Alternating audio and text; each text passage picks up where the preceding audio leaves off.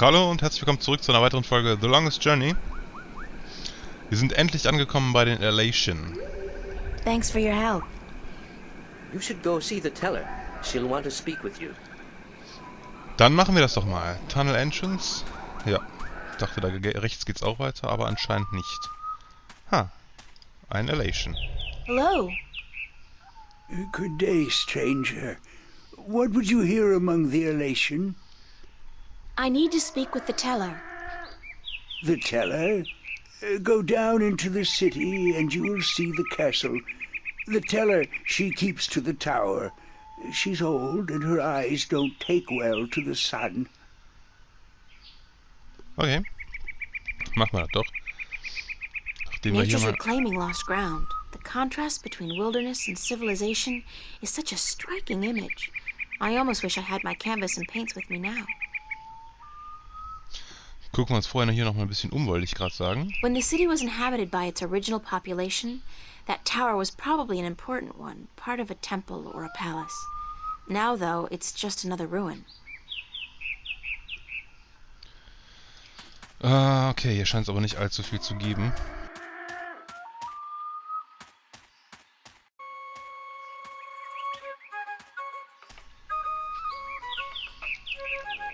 So, da sind wir auch schon. Auf dem Marktplatz, wie es aussieht. Da ist ein Kind. Da ist die Palastwache. It's a nest. They don't all seem to live in nests, though. There are quite a few inhabited buildings in this village. Okay, was haben wir hier noch? Da geht's zurück, alles klar. Geht's da weiter, oder? Ja. Da ist noch jemand. Young Elation Woman.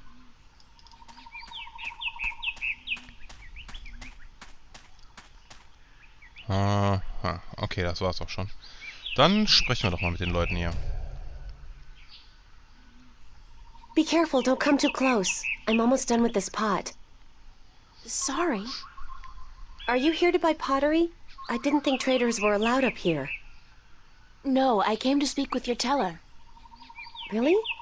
I didn't know the teller spoke with anyone from the outside. You must be a very special girl. Supposedly. My name's April, by the way. Nima is my name. Nima of Ta'ama. The only Elation village on Elais.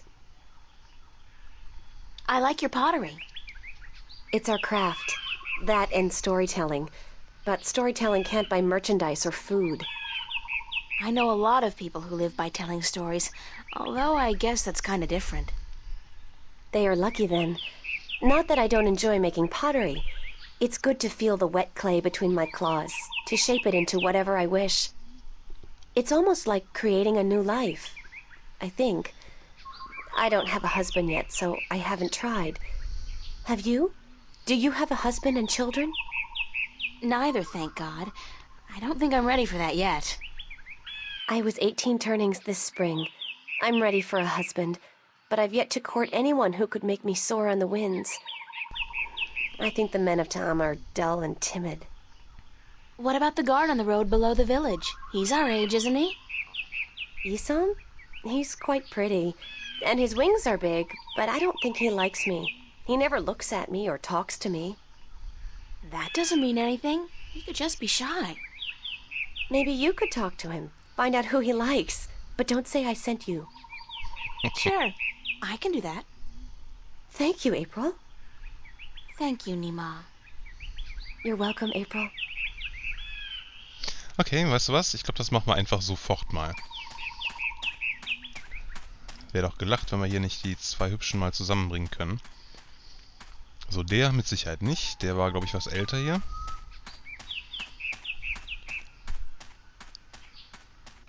Der hier war's. So, Isam, that's your name, isn't it?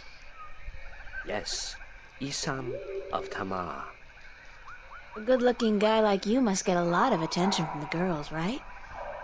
Are you asking me for courtship? Me? No. Wings don't do anything for me. No, I was just thinking, maybe you had your eye out for somebody special? I'm without a mate. The women of Ta'ama are cold and unfriendly, and whenever I try to talk to one of them, she ignores me. Even Nima? Nima? No, she's too pretty for me. She won't appreciate my attention. This is like high school. Trust me, Isam. You go talk to her one of these days, and I'm sure you'll find you have a lot in common. Just be yourself, okay? You think so? Perhaps you are right. I will do as you say, Windbringer. Thank you. Thanks for your help. You should go see the teller. She'll want to speak with you. Okay. Hoffentlich hat das ein bisschen was geholfen.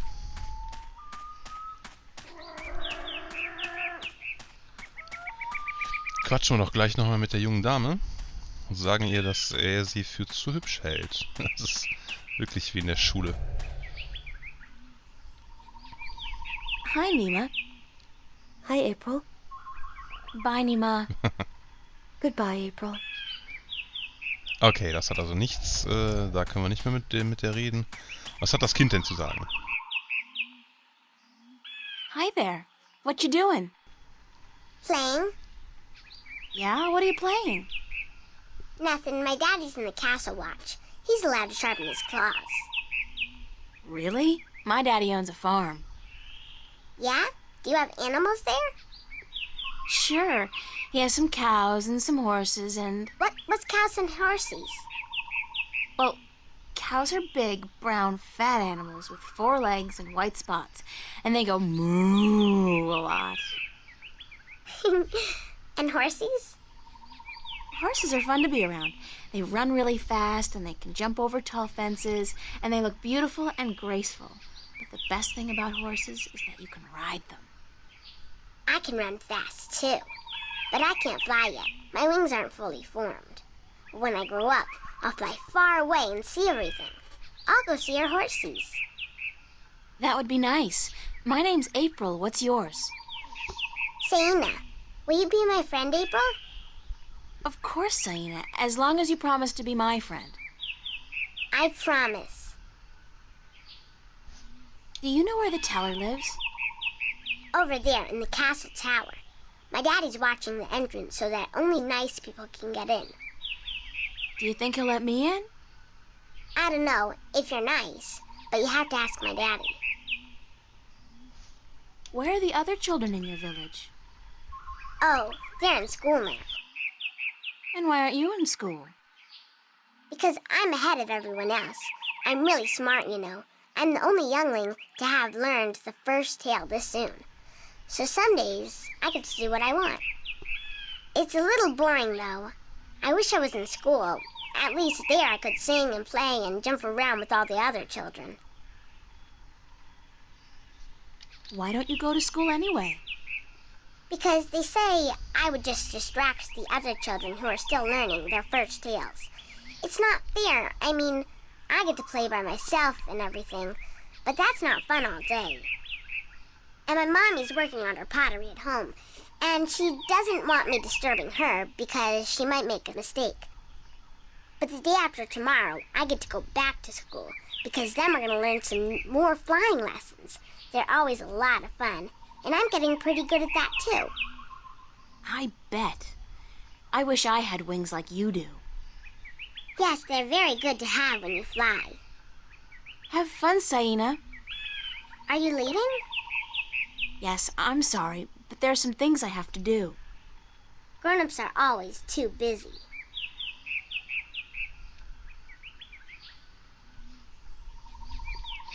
Okay, dann fragen wir mal die Tempelwache, ob ich denn da vielleicht mal eventuell reingehen dürfte. Halt! Who would visit the teller? My name's April. And what would you with the teller, human? I'm not sure, but I need to speak with somebody in charge. The teller is our teacher and our mother, but she will not speak with foreigners who walk into our city. And how, pray tell, did you get here? The road is closed and guarded. It's got to be my female charm. It will not work on me, human. Please, leave our village and return to your ship. Das war schon mal nix. Halt! Who would visit the teller?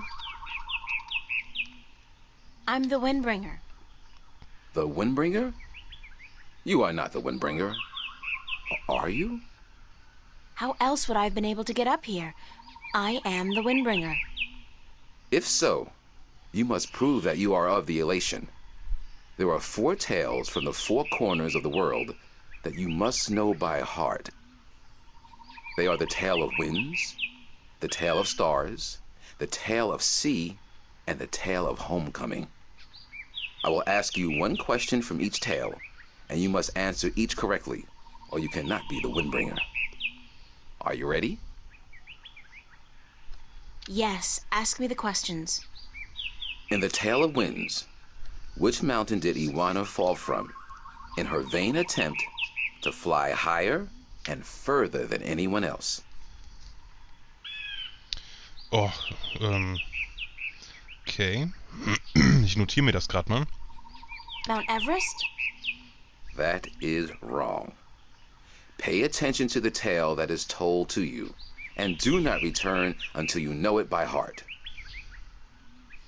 Ach, schade. Ich hatte gehofft, ich könnte mir alle Fragen vorher mal anhören. Aber gut, dann hören wir uns zuerst mal die Geschichten an. Ich gehe mal davon aus, dass die hier von den Leuten erzählt werden können. Sie hat ja gesagt, sie hat ihre erste Geschichte schon gelernt. In der Schule.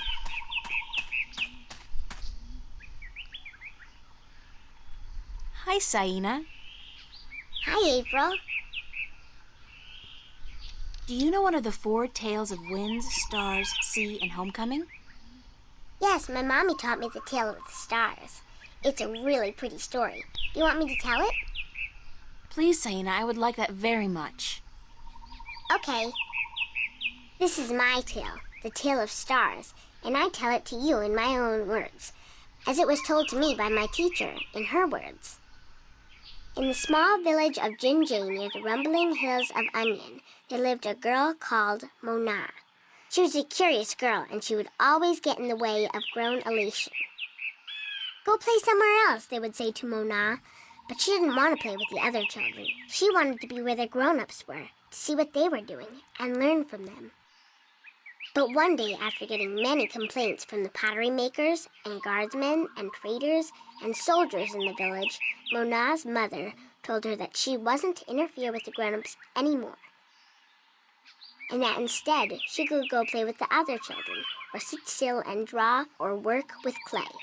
But Mona was always curious, and now, since she wasn't to be among the grown elation anymore, she decided to go exploring the forest that lay just outside of the village of Jinjay.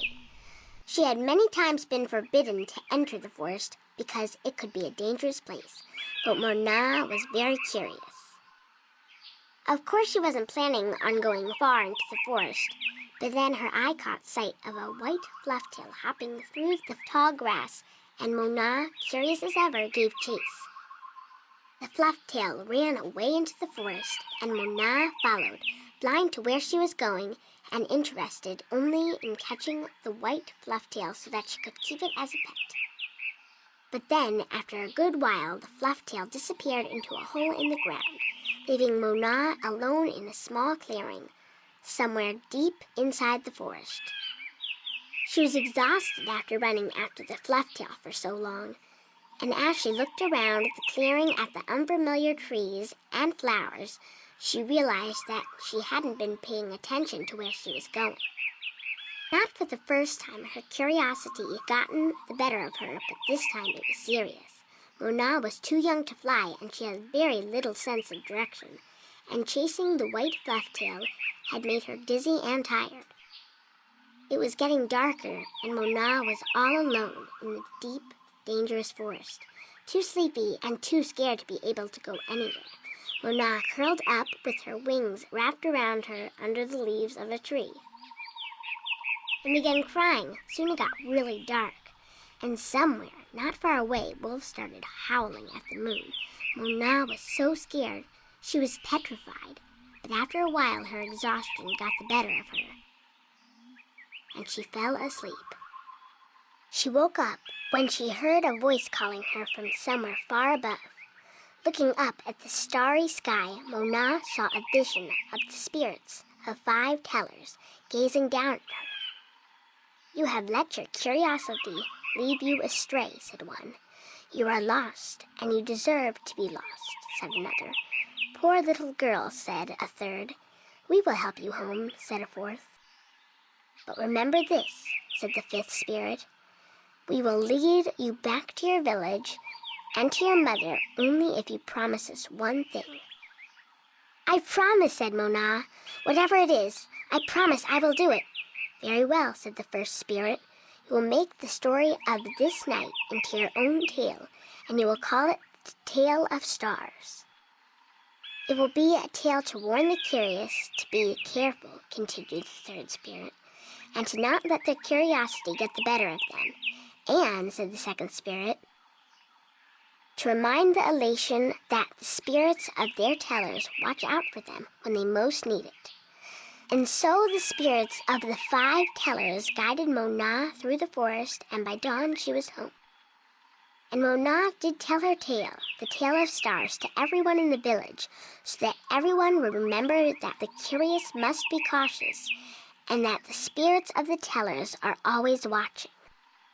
This was my tale, the Tale of Stars, and I told it in my own words as my teacher did to me. That was a beautiful tale, Saina. Thank you. Bye-bye, Saina. You're leaving again? I wish you could stay. Me too, Saina, believe me. Tja, aber das war erst die erste Geschichte, die Tale of Stars. So, du hast doch bestimmt auch eine zu erzählen. Hi, Nima. Hi, April. Do you know one of the 4 tales of winds, stars, sea, and homecoming? I had to learn the tale of homecoming. It took a long time, but I think I got it now. I'm better with pottery than I am with the tales, unfortunately. Do you want to hear it? Please. Very well.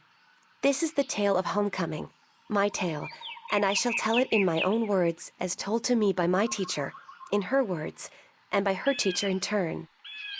Moran was a handsome young Elation man with strong wings and a hardy beak.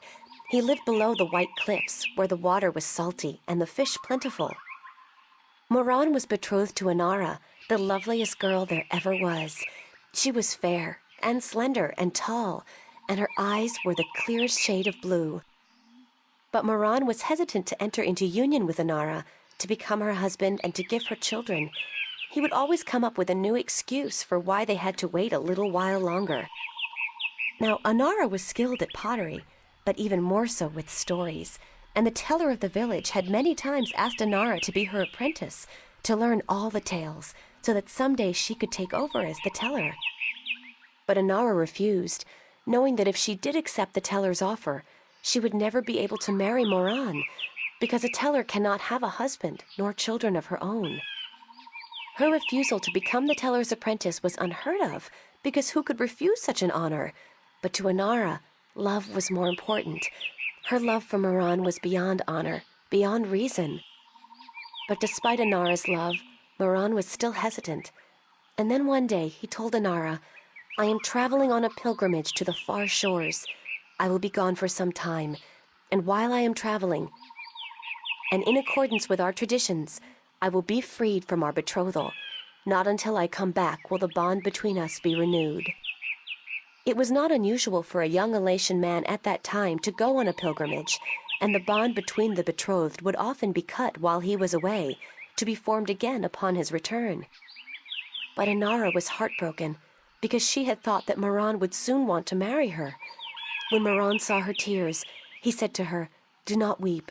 When I come back, I promise I will marry you. Just wait for me, and stay with your pots, to make the time pass quickly." And then Moran left on his pilgrimage to the far shores. Many years went by, and Moran had exciting adventures on the far shores. But by and by, he began to long for home, and for Inara, and now he had finally realized that he loved her, and that he wanted to marry her. But when he returned, he could not find Inara amongst the potmakers. He went to visit her family, and they told him that, after waiting for many years, Anara accepted the teller's offer of apprenticeship, and that when the teller left on the last wind during the previous winter, Anara herself became the new teller. Angry, Moran made his way to the teller's nest, and when he saw Anara, he said to her, "You promised me you would wait." But Anara did not say a single word in answer. She just turned around and lifted something wrapped in leaves from the cot behind her and gave it to Moran. Moran unwrapped the package, and inside he found an old pot, cracked and broken in two. "What is this pot?" he asked. "And why did you not wait for me like I asked you to?" And finally Anara spoke, and she said to Moran, "I made this pot for you, my dear Moran, when you left, because I wanted it to be my marriage gift to you. But when many, many years passed, I finally realized that you did not love me the way I loved you, and to live hoping otherwise would be death." "But I want to marry you," cried Moran. "I came back." But Anara just nodded at the broken pot in Moran's hands and said, "Like an old pot that is left without care, a heart may break in two, and a broken heart can never be mended." And so Anara turned away, never to speak with Moran again, and Moran's heart, like the pot that was left untended, broke in two, because absence makes a heart brittle. This was the tale of homecoming, my tale, and I told it in my own words as told to me by my teacher, and as I will tell it to my student when the time comes. Bye, Nima. Goodbye, April. Schöne Geschichten. Und ich bin echt froh, dass ich den Quatsch nicht vorlesen muss. Wie in dieser Enklave. Okay, da ist doch bestimmt noch eine Geschichte am Start hier. Do you know one of the 4 tales of winds, stars, sea, and homecoming? Mine is the tale of sea, human. Would you mind telling it to me? I would be happy to do so. This is the tale of sea, told in my own words, as it was told to me by my teacher in his words, and to him by his teacher in his words. This was a very, very long time ago, when the Elation were a strong people, and we could spend days riding the hot winds above the seas. We hunted fish then, and we were at war with the Merum, the Wet-tails. Acalis was one of the strongest warriors there was. His claws were sharp and long, his beak pointy, and his teeth strong. Acalis was admired by everyone in his clan, and because of this he was cocky and arrogant. So one day the teller of Acalis city asked him to perform a very important and very special duty, to bring a sacred jewel to the teller of an Elation town across the sea. This particular jewel was very important because it signified a union between the two towns, and it would benefit the people of both that it was delivered safely and promptly. Acalis grinned and told the teller that he would deliver the jewel both quickly and safely, and that she was not to worry. But the teller did worry, because Acalis was young and too sure of himself. But she wanted to test him, and to teach him that sharp claws, a pointy beak, and strong teeth are not all a warrior needs, that a warrior must also be wise and careful. So Acalis set out across the sea on his flight.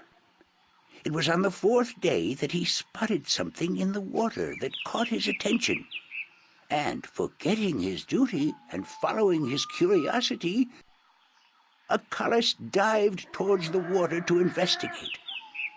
When he came closer, he saw that there were Merum in the water, foolishly hunting close to the surface, and Acalis saw an opportunity to again prove his might as a great warrior to his people, and to capture the fins of a few Wet-tails. But this time Acalis' arrogance got the better of him, because the Merum had set a trap. As he dived towards the Merrim with his claws, a spear shot up from the water to hit him. Achilles struck the water and dropped the jewel he was carrying, and it was all he could do not to drown. Achilles was bleeding, and the Merrim were grabbing onto his wings and his legs, but he fought bravely, and finally he managed to escape. But even though he now lived, he was dead inside, because the shame of losing the sacred jewel would always be with him. Achilles could not return to his village because he had neglected his duty to his teller and to his people, and so he went away to a small island where he could be alone. To himself and his people, Achilles now became the lost one. He who had been on a sacred mission but had failed in his arrogance. A year passed, and one day Achilles met with human traders from a ship that came close to his island. From the traders, Achilles heard speak of a hideous creature that lived in the sea, the Octowoe. The Octowoe was said to have a third eye, like a jewel, and that this eye pulled hapless sailors into its deadly eight-armed grasp. Achilles knew immediately that the Octowoe's third eye had to be the jewel that he lost in the sea a year ago, and he now saw the opportunity to redeem himself. But Elation was not used to water, and the thought of submerging himself in the cold, harsh ocean chilled Achilles to his heart. But he was the lost one, and if in his death he could at the very least redeem himself, to his own heart then it would be worth it. So Achilles fashioned himself a spear, because in the water his claws and his beak would be too slow, and he flew out to where the Octowoe was last seen. And then Achilles dived into the sea. The dark water closed in on him, and his wings and legs went numb. But still Achilles kept pushing down until he saw the lair of the Octowoe. Spotting Achilles, the Octowoe attacked, and Achilles saw the monster's third eye, his sacred jewel, shining bright in the darkness, and his heart was filled with a sense of duty and courage that he had never felt before.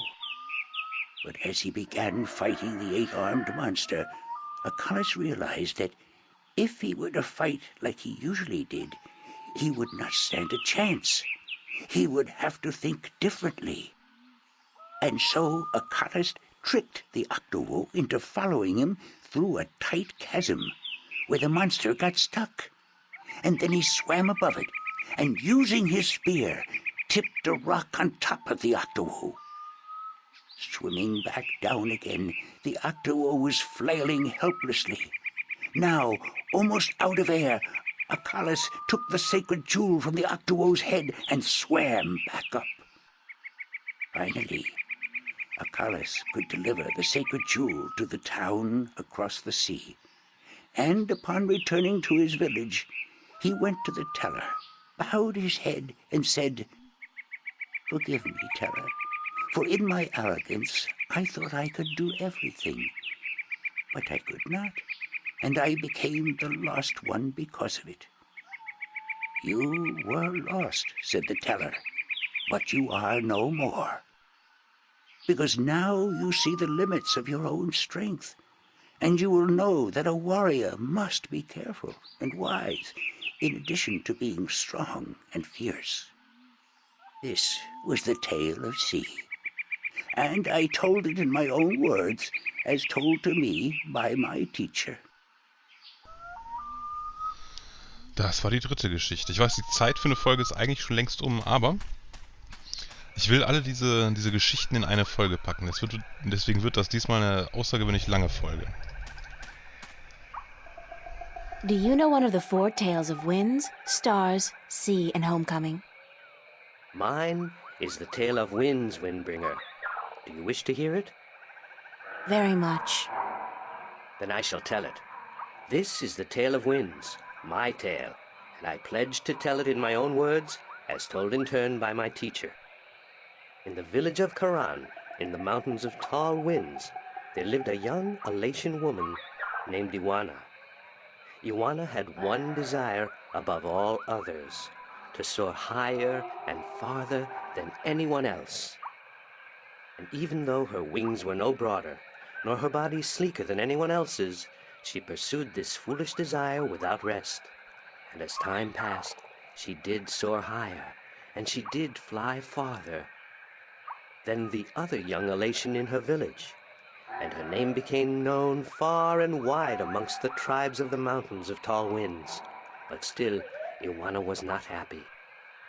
She was not happy because, in her vanity, even though she was a better flyer than almost everyone else, and to her eyes, she was still not good enough.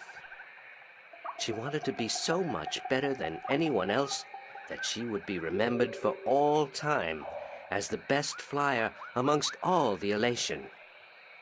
And so one day, Iwana decided to climb to the top of Mount Bakta'ana, the Tower of Light, and to soar from those giddy heights to the ends of the world.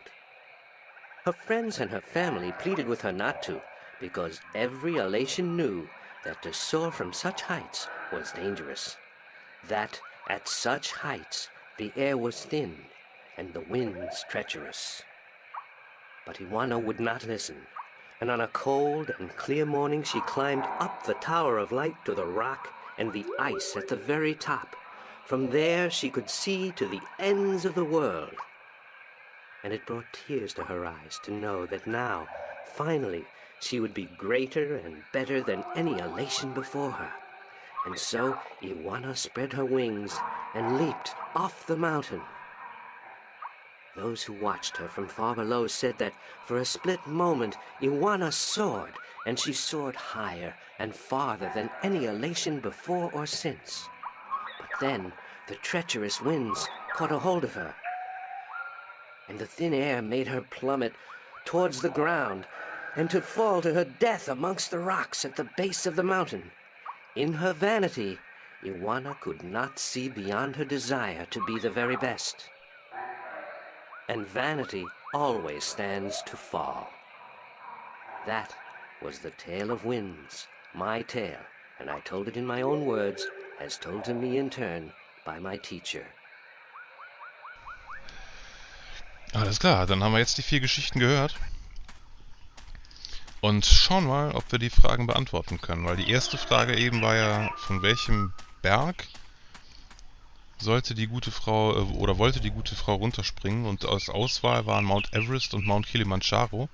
Offensichtlich keine Berge aus dieser Are you ready Welt. for the questions now? Ja, ich hoffe, wir können das jetzt beantworten. Yes, ask me the questions. In the Tale of Winds, which mountain did Iwana fall from in her vain attempt to fly higher and further than anyone else? So, Kilimanjaro ist Quatsch. Mount Bakta'ana, the Tower of Light. Mount Bakta'ana, the Tower of Light. That is correct. In the Tale of Stars, what did Mona see in the sky that helped her find her way home? Sterne, Spirits of Five Tellers, genau. The spirits of 5 tellers. That is correct. In the Tale of Sea, what creature did the Lost One battle in his quest to recover the sacred jewel? Dieses achtarmige Ding, den Octawo. The Octawo? That is correct. My final question to you is this. In the Tale of Homecoming, what was given to Moran by his teller when he returned from his pilgrimage? Der zerbrochene Pott. A broken pot, to teach him that absence may break a heart in two. You have correctly answered all my questions, and so have proven your knowledge of the 4 tales. You are the Windbringer. The teller would see you presently. Und das verschieben wir aber jetzt auf die nächste Folge. Ich bedanke mich fürs Zuschauen. Bis zum nächsten Mal.